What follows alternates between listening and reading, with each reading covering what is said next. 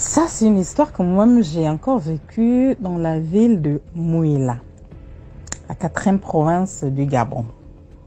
Alors, on vit beaucoup de choses ici, hein. C'est-à-dire que quand tu ne voyages pas encore, ça va, mais quand tu te déplaces, tu vas dans des quartiers, dans certains quartiers ou tu vas dans certaines provinces, tu rencontres tellement de choses que c'est tellement flippant que toi-même tu n'en reviens pas. Donc, c'est comme ça, en 2005-2006, j'ai décidé d'aller à Mouila apprendre. J'avais fait déjà 2 fois le bac sur les brevets, ça n'a pas marché. Donc j'ai décidé comme ça, à la volée, de dire, bon voilà, je vais un peu à Mouila. Mouila déjà c'est une ville, je ne connaissais pas. Donc c'était peut-être ma première fois de découvrir Mouila.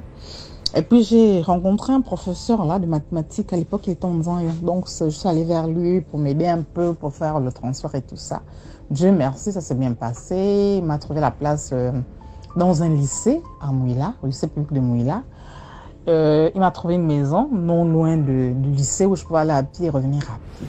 Donc, je suis arrivée comme ça en plein octobre et tout ça. Les autres avaient déjà commencé les cours et puis paf, je suis allée en plein pied quoi. On était en plein cours, tranquille. Octobre, on est là en octobre, mi-octobre, début novembre et tout ça. Voilà, ça commence un peu. Et puis paf, je suis en classe. J'étais en terminale. À l'époque, on appelait ça terminale A12.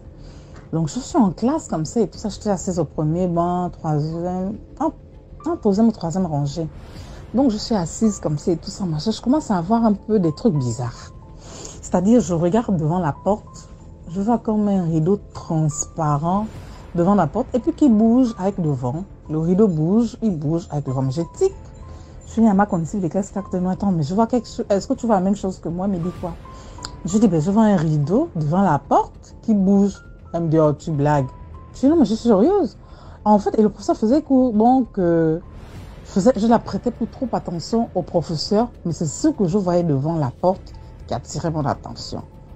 Ma collègue me dit, non, mais toi, tu blagues, il n'y a rien devant la porte. Je dis, si, moi, je vois quelque chose devant la porte. Donc, je suis en train de parler comme ça et tout ça. Tout d'un coup, mes yeux se ferment. Quand je me réveille, ma chemise est mouillée. Non, la première fois quand je me réveille, je suis à l'infirmerie. Je me dis, qu'est-ce que je fais à l'infirmerie? On me dit, tu es rentré en transe et puis tu es tombé dans les pommes. On t'a amené à l'infirmerie. Ok, je me suis réveillée. L'infirmière m'a auscultée, elle me demande, ça va, tu as des maux de tête, tu as des trucs. Non, mais je n'ai rien, absolument rien. Elle me dit, non, peut-être que tu as... Je dis, non, je n'ai rien. Elle me dit, tu fais comment? Tu rentres à la maison, bien tu ne reviens pas faire cours. Je dis, non, je ne reviens pas faire cours. Je reviens en classe. Donc, les 2 premières heures sont passées. Le deuxième cours, c'était un professeur avec qui je m'entendais aussi très bien. Donc, on commence au dernier cours. Et puis, c'est pour ça que le prof me donne des copies. Il me dit, distribue ça à tes condisciples de classe et tout ça. Je dis, ok, monsieur. Donc, je commence à distribuer. Et puis, paf, quand j'arrive bientôt à ma place, non, mais je recommence à ressentir comme si quelque chose montait de ma plante des pieds et ça me soulevait les pieds jusqu'à la tête. C'est-à-dire que c'est comme la chair de poule partait de la plante des pieds jusqu'à ma tête. Donc, quand ça montait à la tête comme ça, je me suis retrouvée, ma chemise était mouillée. Ah, je me réveille. Qu'est-ce qui se passe? On me dit encore non, tu es rentré en transe et tu es tombé dans les pommes. Donc, on a dû te réveiller avec de l'eau. Merde, qu'est-ce qui se passe? Là, le proviseur s'est déplacé. Il est venu en classe, il m'a posé des questions. Mademoiselle, vous avez un problème? Et puis, c'est un proviseur que je connaissais déjà depuis ma province de Wellington. Donc, il me pose des questions. Il me dit, maman, c'est comment? Pourtant, tu es venu ici pour apprendre. Est-ce que tu as un problème? Est-ce que tu as des antécédents? Je dis, non, je n'ai pas de problème. Est-ce que tu as un parent qui est initié? Ton père, ta mère? Je n'ai pas du tout, ni l'un ni l'autre et tout ça. Il me dit, ok. Donc, on est resté là comme ça. Mais je sentais quand même. C'est que je suis assise, mais je sens la présence de quelqu'un à mes côtés. Et quand je sens la présence de quelqu'un à mes côtés, mes cheveux se dressent. La chair de poule de l'orteil jusqu'à la cheveux. À un moment donné, ça me gênait. C'est-à-dire que des fois, je suis à la maison, je sens la présence de quelqu'un, paf, je rentre en transe. Et ce qui me frustrait un peu, c'est-à-dire que certains professeurs de l'établissement où j'apprenais, avec certains surveillants, à chaque fois, ils avaient pour habitude de me demander, qu'est-ce que tu vois? Qu'est-ce que tu entends? Qu'est-ce qu'on te dit?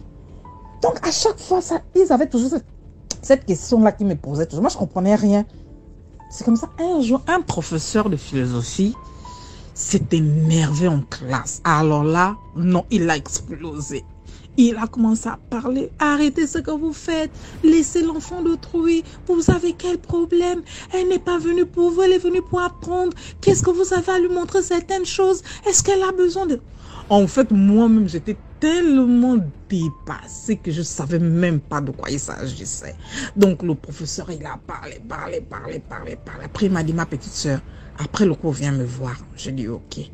Donc, c'est pour ça, après le cours, j'ai appelé ma condisciple de classe. On est parti. Il m'a fait asseoir. On a parlé. Il me dit, qu'est-ce qui t'arrive? Est-ce que tu as l'habitude de rentrer en transe? Je dis non. Est-ce que tu as des parents qui sont initiés? Je dis non. Il me dit, est-ce qu'un jour tu as déjà mangé le bois amer et tout ça, tu t'es déjà fait initier? Je dis non. Il me dit, mais c'est depuis quand ça t'arrive? Je dis, depuis la dernière fois qu'on a eu cours et tout ça, machin, que j'ai commencé à avoir ce genre de réaction. Il me dit, ok, mais donc quand c'est comme ça, il faut tout le temps avoir... il m'avait dit d'avoir un fil noir, d'attacher ça souvent à l'orteil. Il me dit, tu prends le fil qu'on se tresse avec, tu attaches ça à l'orteil. Et tout ça. Je dis, ok. Et il me dit, il faut constamment porter le foulard. Il dit, parce que quand quelqu'un a la tête ouverte, tu peux voir certaines choses sans le vouloir. Il me dit, donc, tu dois constamment porter le foulard à la tête. Je dis, ok, il n'y a pas de souci. Donc, on est resté là. Après, ça a repris. Et ça me dérangeait tellement que j'avais déjà peur de sortir. Parce que je me disais, si je sors et que ça m'attrape à la route, quelqu'un qui ne connaît pas ce que j'ai, enfin, je risque de me trouver dans des problèmes. Donc, c'est comme ça. Je parlais de ça à la maison, chez la dame où j'habitais. Et je pleurais à chaque fois. C'est comme ça que sa petite venue me voir. Elle me dit, mais tiens, j'ai un cousin et tout ça, qui connaît des gens, qui initie et tout ça, machin. Il faut essayer de les rencontrer. Donc, j'ai vu son cousin. On est parti. Il m'a présenté les gars en question. Ils m'ont dit, bon, ok, on va te faire le traitement. Mais nous, on ne va rien te dire. Toi-même, là où tu iras toi-même chercher ton médicament et tu viendras, on va te soigner avec ce médicament. Je dis, ouais, ça et ça commence. Et donc, quand j'appelle ma mère, j'explique un peu le point. Ma mère était sur Libreville. Ma mère me dit, de toutes les façons, tu n'as plus de père. Fais aussi comme si tu n'avais plus de maman. Je dis, ouais, ça, c'est vrai. Je dis, bon, ok, j'ai besoin d'argent. Elle m'a envoyé de l'argent. Je suis allée voir les gars en question. Je les ai donné l'argent. Ils m'ont dit, il n'y a pas de souci. On a voyagé, on est venu sur Libreville. Sur Libreville, après on est parti au PK80. Les gens qui maîtrisent bien Libreville connaissent le PK80. On est rentré dans la brousse. Je vous assure que j'avais la peur de ma vie. Et en partant de Mouila, ils nous ont dit, on ne doit dire à personne où on allait. Mais comme l'être humain est comme il est, moi je n'avais pas de parents sur Moula, mais j'avais quand même un condisciple de classe qui habitait avec moi dans le même quartier. On se connaissait depuis Libreville. Donc lui au moins je voulais faire savoir où j'allais. Je dis, si tu vois d'ici le lundi, je ne rentre pas, cherche à rentrer en contact avec mes parents.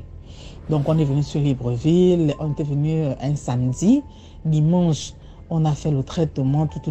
On est parti au PK80. Je t'assure, non, quand tu es malade, c'est bizarre. On arrive dans une forêt. On voit les hommes qui sont 1 mètre même, peut-être c'est grand, peut-être 0,95 cm ou autour 1 mètre de taille. Dans cette forêt, il y a les poules de partout. Mais tu as interdiction d'attraper une poule pour l'emmener en ville. Parce que ce sont les génies de la forêt. Donc, on nous a fait les traitements là-bas. On est quitté là-bas minuit pour revenir vers la ville. Quand on revient vers la ville sur Libreville, on nous a fait à manger. Tout. Et puis, on est reparti de Libreville pour Mouila. Donc, quand on arrive à Mouila, ça commençait à aller. Ils ont toujours continué à me faire les traitements jusqu'à... C'était maintenant, ça ne se... En fait, je ne rentrais plus en transe, mais je faisais, si j'arrive quelque part, quand le terrain est vraiment bizarre, je m'éclipse doucement parce que, en fait, je ressentais maintenant ça. Ça me donnait juste la chair de poule. Mais sauf que je ne rentrais plus en transe comme avant.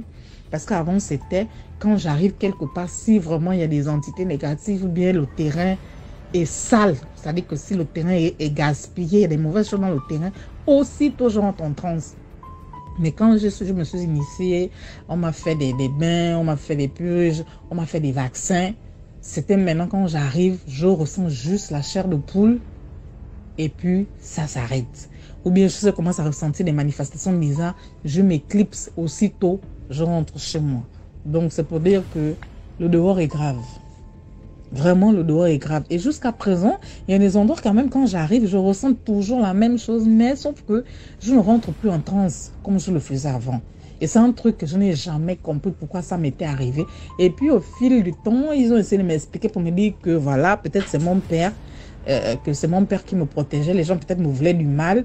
Et puis mon père, lui, il était toujours... Parce que quand il m'avait fait dormir sur la natte, de l'eau à mer, donc quand je parlais, c'était la voix d'un homme qui sortait.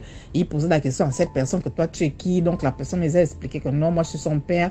Je ne veux pas que les gens touchent cette dernière parce que celle-là, c'est la prunelle de mes yeux. Celle-là, c'est elle que j'ai tout donné. C'est elle qui est l'homme dans la famille. Donc, et puis j'ai compris que bon... Ce sont des choses qui arrivent, des entités négatives. Bon, ce sont des esprits que les gens nous mettent au corps, des fois, mais qu'on ne maîtrise pas, qu'on n'arrive pas à cerner. Et puis, ça nous bouscule un peu pour qu'on se réveille. Donc, c'est un peu ça. Vraiment, merci, famille. Likez, partagez et au revoir.